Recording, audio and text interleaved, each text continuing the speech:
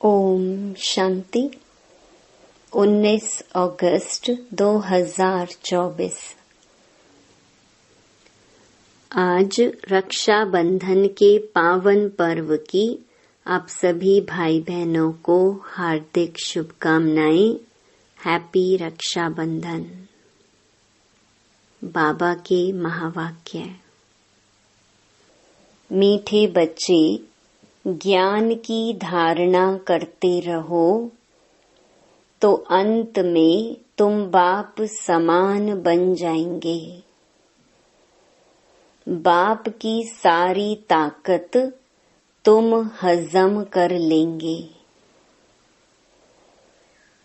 प्रश्न: किन दो शब्दों की स्मृति से स्वदर्शन चक्रधारी बन सकते हो? उत्तर: उत्थान और पतन। सतो प्रधान और तमो प्रधान, शिवालय और वैशाल्य। यह दो बातें स्मृति में रहें तो तुम स्वदर्शन चक्रधारी बन जाएंगे। तुम बच्चे अभी ज्ञान को यथार्थ रीति जानते हो। भक्ति में ज्ञान नहीं है, सिर्फ दिल खुश करने की बातें करते रहते हैं। भक्ति मार्ग है ही दिल खुश करने का मार्ग। ओम शांति। मीठे मीठे रूहानी बच्चों प्रति बाप बैठ समझाते हैं। अब तुम बच्चों के लिए बाप कहते हैं, तुम कितने ऊंच थे। उत्थान और पतन का यह खेल है। तुम्हारी बुद्धि में अब है कि हम कितने उत्तम और पवित्र थे, अब कितने नीच बने हैं। देवी देवताओं के आगे तुम ही जाकर कहते हो, आप ऊंच हो, हम नीच हैं। पहले पहले यह पता नहीं था कि हम ही ऊंचते ऊंच और नीच बनते हैं। अभी बाप तुमको बताते हैं, मीठे मीठे बच्चे, तुम कितने ऊंच पवित्र थे, फिर कितने अपवित्र बने हो। पवित्र को ऊंच कहा जाता है, उसको कहा जाता है वाइसलेस वर्ल्ड। वहां तुम्हारा राज्य था जो फिर अब स्थापन कर रहे हैं। बाप सिर्फ इशारा देते हैं कि तुम बहुत उत्तम शिवालय सतयुग के निवासी थे। फिर जन्म लेते लेते आधा में तुम विकार में गिरे तो पतित विषयस बने। आधा कल्प विषयस रहे, अब फिर तुमको वाइसलेस सतो प्रधान बनना है। 2 अक्षर याद करना है। अभी यह है तमो प्रधान दुनिया। सतो प्रधान दुनिया की निशानी यह लक्ष्मी नारायण है। 5000 वर्ष की बात है। सतो प्रधान भारत में राज्य था। भारत बहुत उत्तम था, अभी कनिष्ठ है। वाइसलेस से विषयस बनने में तुमको 84 जन्म लगे। भल वहां भी थोड़ी थोड़ी कला कमती होती जाती है, परंतु कहेंगे तो संपूर्ण निर्विकारी ना। एकदम संपूर्ण निर्विकारी श्री कृष्ण को कहेंगे। वह गोरा था, अब सांवरा बन गया है। तुम यहाँ बैठे हो तो बुद्धि में रहना चाहिए कि हम शिवालय में विश्व के मालिक थे। दूसरा कोई धर्म ही नहीं, सिर्फ हमारा ही राज्य था। फिर 2 कला कम हुई। जरा जरा कला कम होते त्रेता में 2 कला कम हो गई। पीछे विषयस बनते हैं और गिरते गिरते छीछी बन जाते हैं। इसको कहा जाता है विषयस वर्ल्ड। विषय वैतरणी नदी में गोते खाते रहते हैं, वहां क्षीर सागर में रहते थे। तुम सारे वर्ल्ड की हिस्ट्री ज्योग्राफी को, अपने 84 जन्मों की कहानी को भी समझ गए हो। हम वाइसलेस थे, इनके राज्य में थे, पवित्र राजाई थी, उसको कहेंगे फुल स्वर्ग। फिर त्रेता में सेमी स्वर्ग। यह बुद्धि में तो है ना। बाप ही आकर सृष्टि के आदि मध्य अंत का राज समझाते हैं। मध्य में ही रावण आया है, फिर अंत में इस विषयस दुनिया का विनाश होगा। फिर आदि में जाने के लिए पवित्र बनना है। अपने को आत्मा समझ मां मेकम याद करो। अपने को देह नहीं समझो। तुमने भक्ति मार्ग में वायदा किया था, बाबा आप आएंगे तो हम आपका ही बनेंगे। आत्मा बाप से बातें करती है। श्री कृष्ण कोई सर्व आत्माओं का बाप थोड़े ही था। आत्माओं का बाप तो निराकार शिव बाबा एक ही है। उस हद के बाप से हद का वर्षा, बेहद के बाप से बेहद का वर्षा भारत को मिलता है। इसलिए सतयुग को कहा जाता है शिवालय। शिव बाबा ने आकर देवी देवता धर्म की स्थापना की। यह तो सदैव याद रखना चाहिए। खुशी की बात है ना। अभी हम फिर शिवालय में जाते हैं। कोई मरता है तो कहेंगे स्वर्ग गया, परंतु ऐसे कभी कोई जाता नहीं। यह सब भक्ति मार्ग के गपोड़े हैं, दिल खुश करने के लिए। सच सच हेवन में तो अभी तुम जाने वाले हो। वहां कोई रोग आदि होते नहीं। तुम सदैव हर्षित रहते हो। तो बाप कितना सहज करके छोटे छोटे बच्चों को जैसे बैठ समझाते हैं।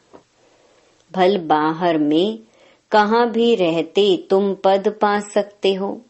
इसमें पवित्रता तो पहले मुख्य है। खान पान शुद्ध हो। देवताओं के आगे कभी सिगरेट बीड़ी आदि का भोग लगाते हो क्या? ग्रंथ के आगे कभी अंडे व बीड़ी आदि का भोग रखा है? ग्रंथ को समझते हैं। यह जैसे गुरु गोविंद का शरीर है। ग्रंथ को इतना मान देते हैं, यह गुरु की जैसे देह है। ऐसे सिख लोग समझते हैं। परंतु गुरु नानक ने थोड़े ही बैठ ग्रंथ लिखा है। नानक ने तो अवतार लिया। सिख लोगों की वृद्धि हुई, बाद में वह ग्रंथ आदि लिखे हैं। एक के बाद फिर सिख धर्म में आते गए हैं। पहले तो ग्रंथ भी इतना छोटा हाथ का लिखा हुआ था। अब गीता के लिए समझते हैं, यह श्री कृष्ण का रूप है। ऐसे मानो जैसे नानक का ग्रंथ, वैसे श्री कृष्ण की गीता गाई हुई है। श्री कृष्ण भगवानुवाच ही कहते रहते हैं। इसको कहा जाता है अज्ञान। ज्ञान तो एक परम पिता परमात्मा में ही है। गीता से ही सद्गति होती है। वह ज्ञान तो बाप के पास ही है। ज्ञान से दिन, भक्ति से रात होती है। अब बाप कहते हैं, आत्मा को पवित्र बनाना है, उसके लिए मेहनत करनी पड़े। माया के तूफान ऐसे जबरदस्त आते हैं जो ज्ञान एकदम उड़ जाता है, किसको बोल भी ना सके। पहला काम विकार ही बहुत तंग करता है, उसमें ही टाइम लगता है तो 1 सेकंड में जीवन मुक्ति की बात। बच्चा पैदा हुआ और मालिक बना, तुमने पहचाना शिव बाबा आया हुआ है और वर्षे के हकदार बने। गीता भी शिव बाबा ने ही गाई थी, उसने ही कहा है माँ मेकम याद करो। मैं इस साधारण तन में आता हूँ, श्री कृष्ण साधारण थोड़े ही है। वह तो जन्म लेते हैं तो जैसे बिजली चमक जाती है, बहुत प्रभाव पड़ता है। इसलिए श्री कृष्ण का अब तक भी गायन करते हैं। बाकी शास्त्र आदि सब भक्ति मार्ग के हैं। इंग्लिश में फिलॉसफी कह देते हैं। स्पिरिचुअल नॉलेज तो स्पिरिचुअल फादर ही दे सकते हैं।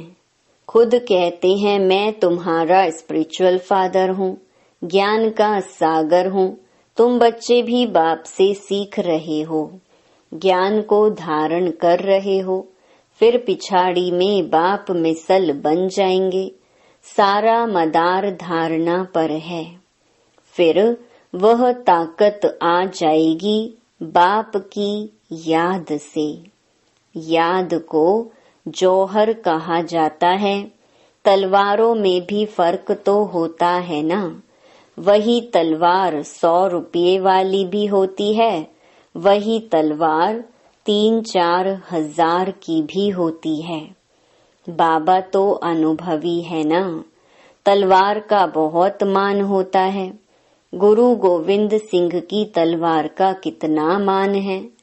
तो तुम बच्चों में भी योग का बल चाहिए, तो ज्ञान तलवार में जौहर चाहिए।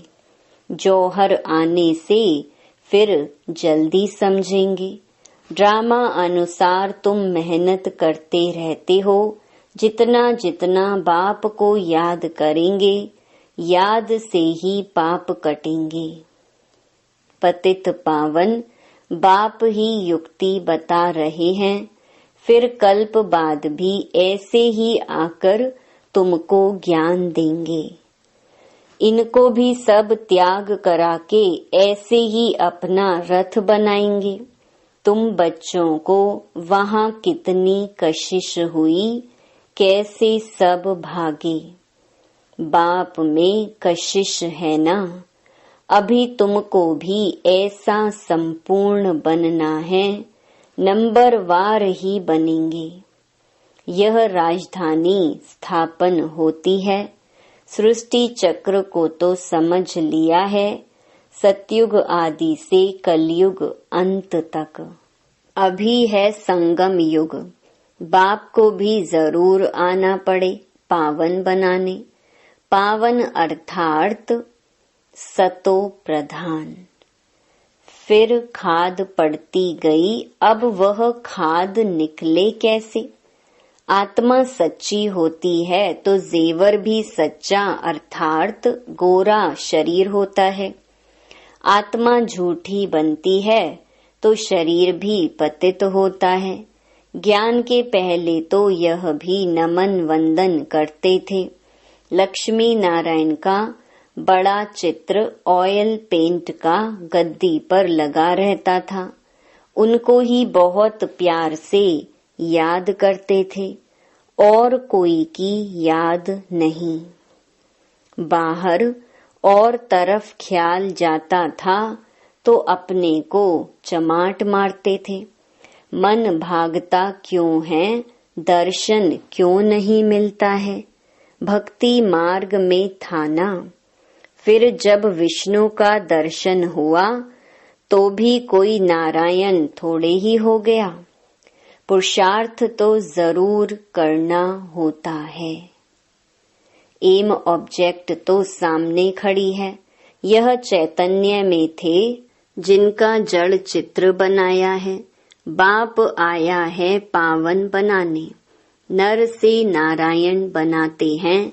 तुम भी उन्हों की राजधानी में थे, फिर ऐसा बनने का पुरुषार्थ करते हो तो अच्छी रीति फॉलो करना चाहिए। ब्रह्मा को देवता थोड़े ही कहा जाता है, विष्णु देवता ठीक है, मनुष्यों को तो कुछ पता नहीं। कहते हैं गुरु ब्रह्मा गुरु विष्णु। अब विष्णु गुरु किसका हुआ? सबको गुरु कहते रहते हैं। शिव परमात्मा नमः, उनको गुरु उनको परमात्मा कह देते हैं। सबसे बड़ा तो बाप है ना, उनसे हम यह सीख रहे हैं औरों को सिखलाने लिए। सतगुरु जो तुमको समझाते हैं वह तुम औरों को समझाते हो।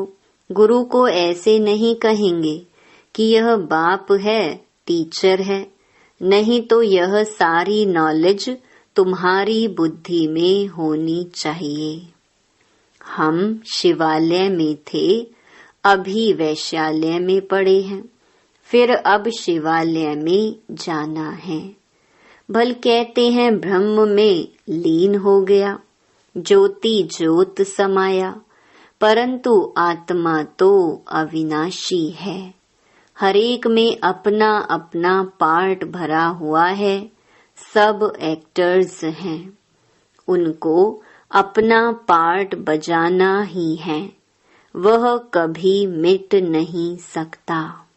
जो भी सारी दुनिया की आत्माएं हैं उनको पार्ट बजाना है, जैसे कि नए सिर शूटिंग होती जाती है, परंतु यह अनादि शूटिंग हुई पड़ी है। यह वर्ल्ड की हिस्ट्री ज्योग्राफी रिपीट होती रहती है। यह वंडरफुल सितारा है जो भ्रकुटी के बीच चमकता है, कभी घिसता ही नहीं। यह ज्ञान तुम्हारे में आगे नहीं था। वंडर ऑफ वर्ल्ड, हेवन अथवा स्वर्ग नाम सुनकर दिल खुश होता है। अभी तो सतयुग है नहीं, अभी है कलयुग, तो पुनर्जन्म भी कलयुग में ही लेंगे।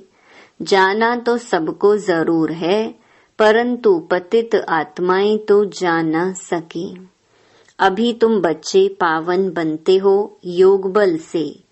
पावन दुनिया गॉड फादर ही स्थापन करते हैं, फिर रावण हेल बनाते हैं। यह तो प्रत्यक्ष है ना, रावण को जलाते हैं ना। मनुष्य तो कहते हैं यह अनादि चला आता है, परंतु कब से शुरू होता यह भी किसको पता नहीं है। आधा आधा तो कर न सके, क्योंकि लाखों वर्ष कह देते हैं। कलयुग को फिर 40,000 वर्ष कह देते हैं, तो मनुष्य घोर अंधियारे में है ना। अज्ञान नींद से जागना बड़ा मुश्किल है, जागते ही नहीं है। अभी है संगम युग, जबकि बाप आकर पावन बनने की युक्ति बताते हैं। तुम पावन होंगे तो पावन दुनिया स्थापन हो ही जाएगी, यह पतित दुनिया ही खलास हो जाएगी। अभी कितनी बड़ी दुनिया है, सतयुग में तो बहुत छोटी दुनिया हो जाएगी। अब माया पर जीत पाकर पावन जरूर बनना है। बाप कहते हैं माया बड़ी दुस्तर है, पावन बनने में ही अनेक प्रकार के विघ्न डालती है। पवित्र बनने की हिम्मत रखते हैं, फिर माया आकर क्या हाल बना देती है। घूंसा लगाकर गिरा देती है, की कमाई खत्म कर देती है, फिर बहुत मेहनत करनी पड़ती है। कोई तो गिरते हैं फिर मुंह भी नहीं दिखाते हैं, फिर इतना ऊंच पद पा न सके। पुरुषार्थ पूरा होना चाहिए, फेल नहीं होना चाहिए। इसलिए कोई गंधर्वी विवाह भी करके दिखाते हैं। सन्यासी लोग कहते शादी की और पवित्र रहें, यह तो इम्पॉसिबल है। बाप कहते हैं पॉसिबल है, क्योंकि प्राप्ति बहुत है। यह अंतिम एक जन्म तुम पवित्र बनेंगे तो तुमको स्वर्ग की बादशाही मिलेगी। क्या इतनी बड़ी प्राप्ति के लिए तुम एक जन्म पवित्र नहीं रह सकते हो? कहते हैं बाबा हम जरूर रहेंगे। सिख लोग भी पवित्रता का कंगन डालते हैं। यहाँ कोई धागा आदि बांधने की दरकार नहीं, यह तो बुद्धि की बात है। बाप कहते हैं माँ मेकम याद करो। बच्चियां बहुतों को सुनाती हैं, परंतु बड़े आदमियों की बुद्धि में बैठता थोड़े ही है। बाप कहते हैं पहले उनको अच्छी रीति से समझाओ। यह सब प्रजापिता ब्रह्मा की औलाद हैं। शिव बाबा से वर्षा मिल रहा है, पतित से पावन बनना है। अब बाप कहते हैं माँ मेकम याद करो, ऐसा तो कोई कह न सके।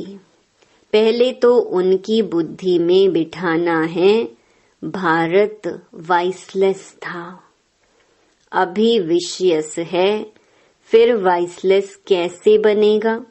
भगवानुवाच माँ मेकम याद करो। बस इतना कहे तो भी अहोभाग्य, परंतु इतना भी कह नहीं सकेंगे, भूल जाएंगे।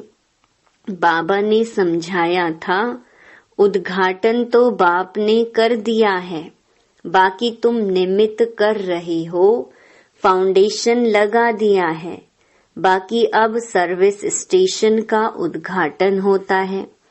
यह तो गीता की ही बात है।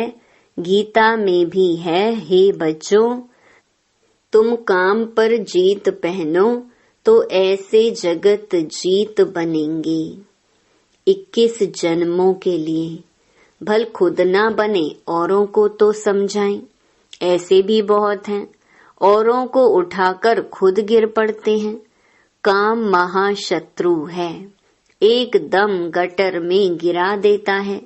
जो बच्चे काम पर जीत पाते हैं वही जगत जीत बनते हैं। अच्छा, मीठे मीठे सिक्के लधे बच्चों प्रति माता पिता बाप दादा का याद प्यार और गुड मॉर्निंग। रूहानी बाप की रूहानी बच्चों को नमस्ते। धारणा के लिए मुख्य सार।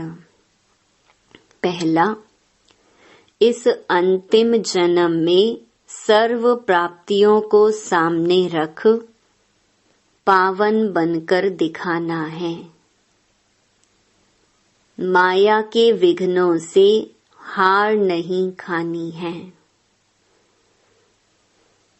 दूसरा, एम ऑब्जेक्ट को सामने रख पूरा पुरुषार्थ करना है।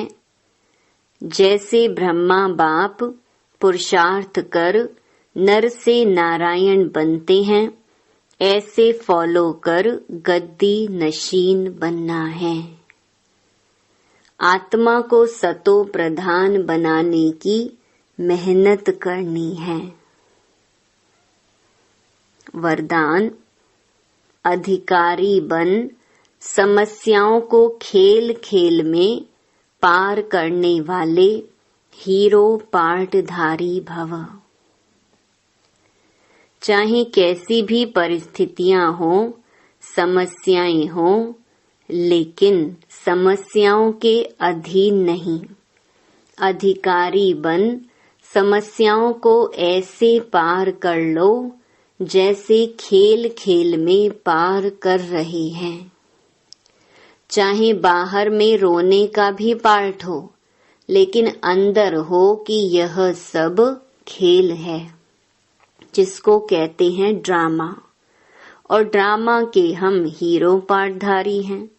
हीरो पार्टधारी अर्थात एक्यूरेट पार्ट बजाने वाले। इसलिए कड़ी समस्या को भी खेल समझ हल्का बना दो, कोई भी बोझ ना हो। स्लोगन: सदा ज्ञान के सिमरण में रहो तो सदा हर्षित रहेंगे। माया की आकर्षण से बच जाएंगे। ओम शांति।